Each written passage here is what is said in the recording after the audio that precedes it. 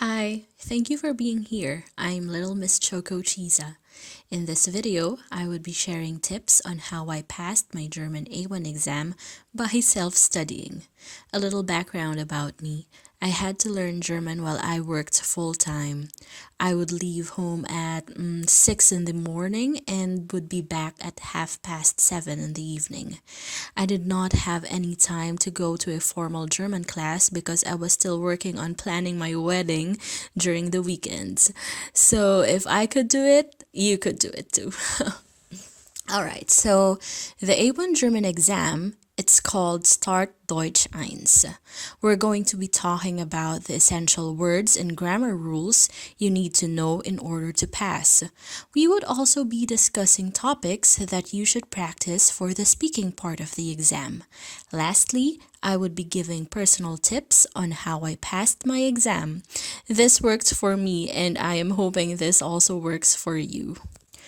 Okay, so the exam has 4 parts. It is very important to note that the exam is conducted entirely in German. So the first part of the exam is listening. In German, that's hören. This will be for about 20 minutes and 25 points. You would be listening to different conversations and announcements and answer questions about them. The listening exam has 3 parts. So here you see Teil 1, Teil 2, and Teil 3. For the first and the third part, Teil 1 und Teil 3, you will hear the audio twice and answer multiple choice questions. But for the second part, Teil 2, you will only hear the audio once and answer 4 true or false questions.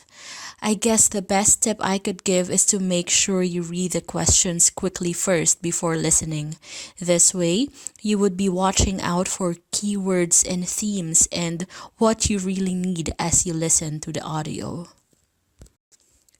Next is the reading and the writing exam. So reading is lesen and writing is schreiben. So together they will be for 45 minutes. So 25 minutes for reading and 20 minutes for writing. They will give you the questionnaires for both these exams together. So if you do the reading part quickly, then you'd have more time for the writing part and vice versa. The reading exam also has 3 parts. You will be reading letters, advertisements, and so on. And there will be multiple choice questions and true or false questions. For this part, I recommend that you quickly read the texts first and then read the questions. So, for example, read the advertisement first and maybe you could mark what's important there, like days or time and so on. And then you can look for the answers easily as you have already read the advertisement. By the way, all of the pictures that I'll be showing in this video, I just took them from the Goethe website, so they have a lot of model exams you could practice on. Next is the writing exam. There are 2 parts here. First, you would be asked to fill out a form based on information they provide. Usually, the situation is that you would be helping a friend fill out a form. And then for the next part, the writing exam, you would be asked to write a short letter about a topic. There are subtasks about this topic and you are supposed to write 1 to 2 sentences per task. The short letter should at least have 30 words. The last part of the exam is the speaking test or the mündliche Prüfung. When I took my exam, the listening, reading, and writing tests were done in the morning. Then we were asked to come back in the afternoon for the speaking exam. And for this test, you would be in a room with other examinees and 2 examiners. The first part of the speaking test is self-introduction. Each one of you will have time to do that. Sometimes examiners will ask more about you, so be ready for that as well. The second part of the exam is the group conversations. You will be asked to draw a piece of paper, and in this paper there will be a German word. For example, Frühstück, which means breakfast.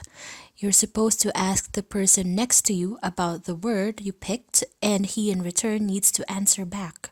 Then he will pick a card and ask the person next to him, and that person should answer, and so on. Depending on the number of people in the room, you could do this around for 2 to 3 times.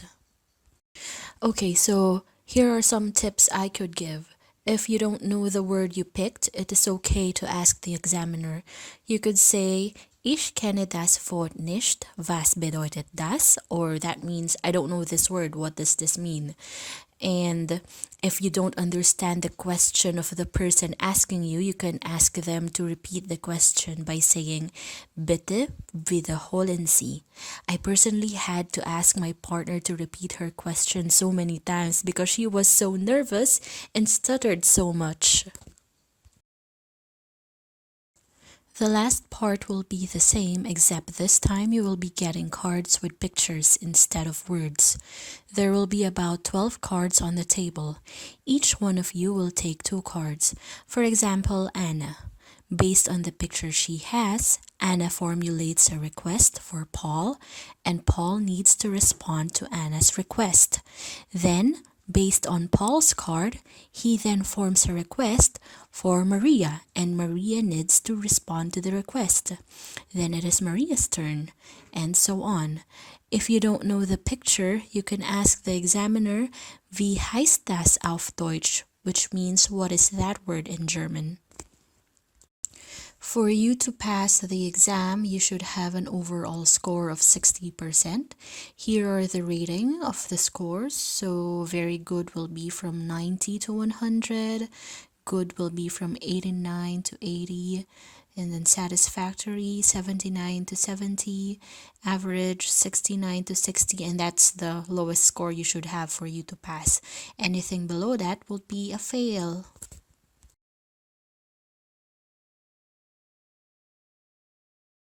Now let us talk about what words you absolutely must know in order to pass the A1 German exam.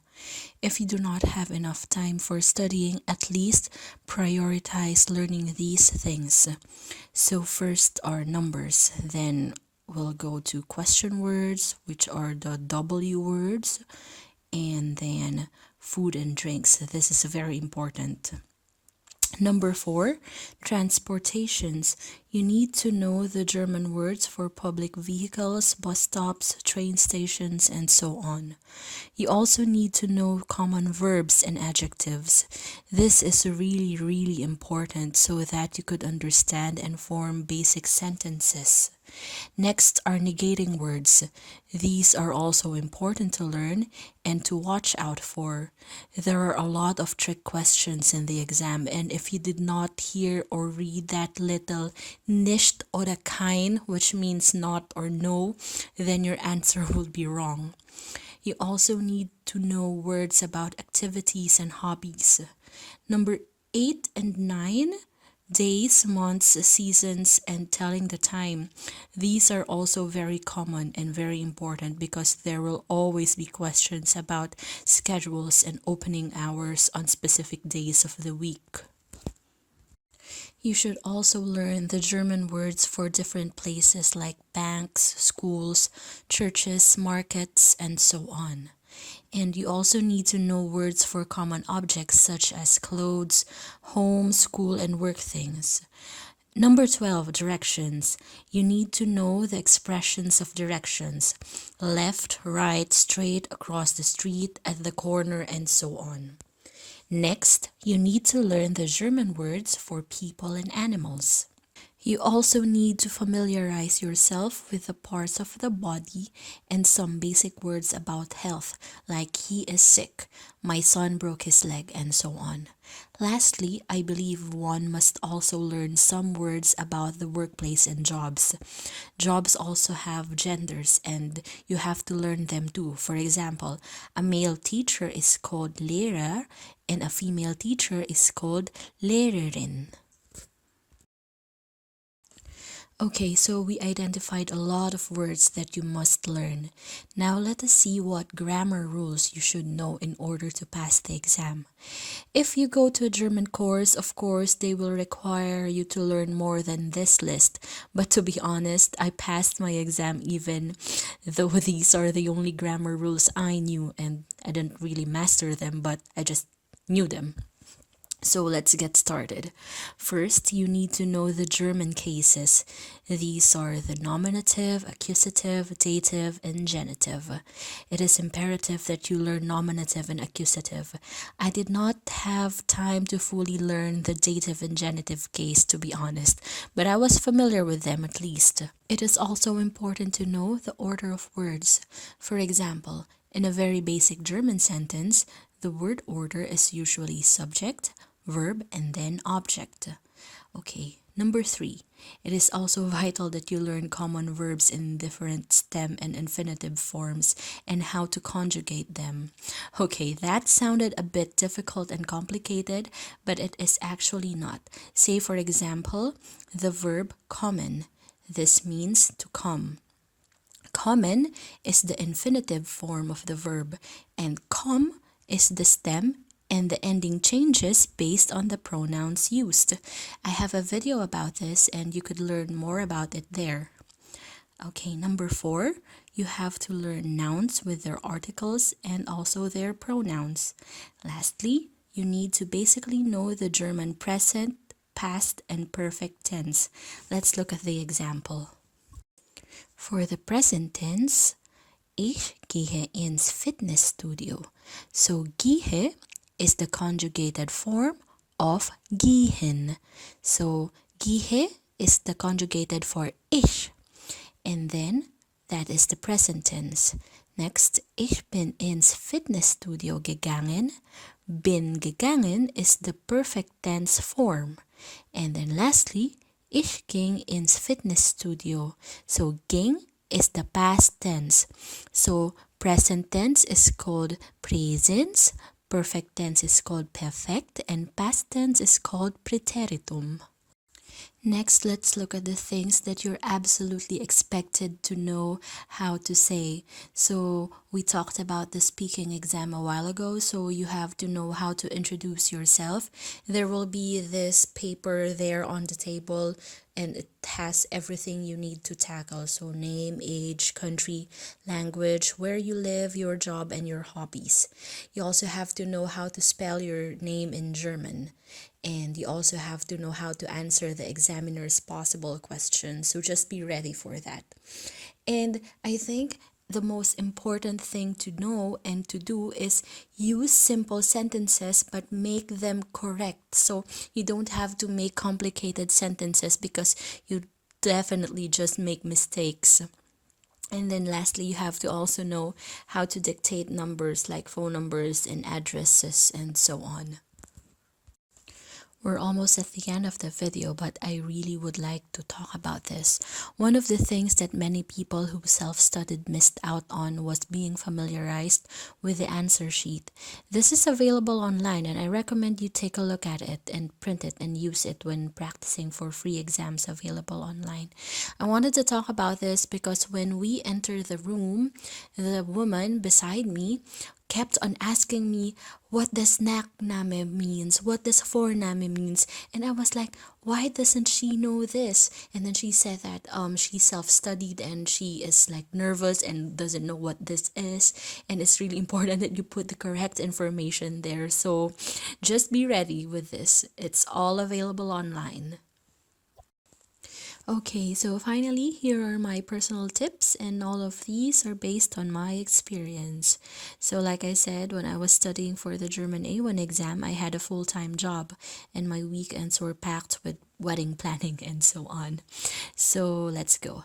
First, download free German learning apps, or if you have the budget for it, paid apps, and then use these apps throughout the day. So I remember I used Duolingo during my lunch break. So I tried to do this when I'm at bed, but I'm already too tired sometimes. So Yeah, which is in relation to number 3, schedule your study time and stick to it. So you have to increase your vocabulary every day. 10 to 15 words per day is okay, but I think anything more than that would be too overwhelming, and you might not remember new words if you try 20 to 25 new words per day. And study grammar intensively. And when you study grammar, make sure that you have no distractions, because if you're going to be studying this by yourself, then you really have to understand what you're looking at. And this really helped me out, so that's why I made this video, because I also watched a lot of YouTube videos for German learning, and they really helped me, because I could not really practice with a classmate or my fiance back then, because we were both busy, and when we talk, we just want to talk about our day and not have any learning session. And then lastly, there are so many practice exams online for free. You have to be familiarized with the format of the exam, so you won't be surprised when you take the exam. And yeah, let's go to number 4. Download a German English dictionary that includes the articles. So I am using the app called Leo, and that's really good because they have the articles and they also give some examples. And yeah, talk to a German if possible. But like I said, this is not always possible. So buy also a reputable German learning book if you have the budget for it. I bought one, but to be honest, I did not use it a lot because I am sticking more on to my phone and it's more mobile. And yeah, I didn't want to bring a book at work. But if you could do that, then why not? So that's it. I hope you enjoyed this video, and please comment down below on your experiences with the A1 German exam, or if you're still studying for it, tell us about your concerns or challenges, and let's try to answer them all. Okay, so thank you, and if you like this video, please subscribe to my channel, and bye!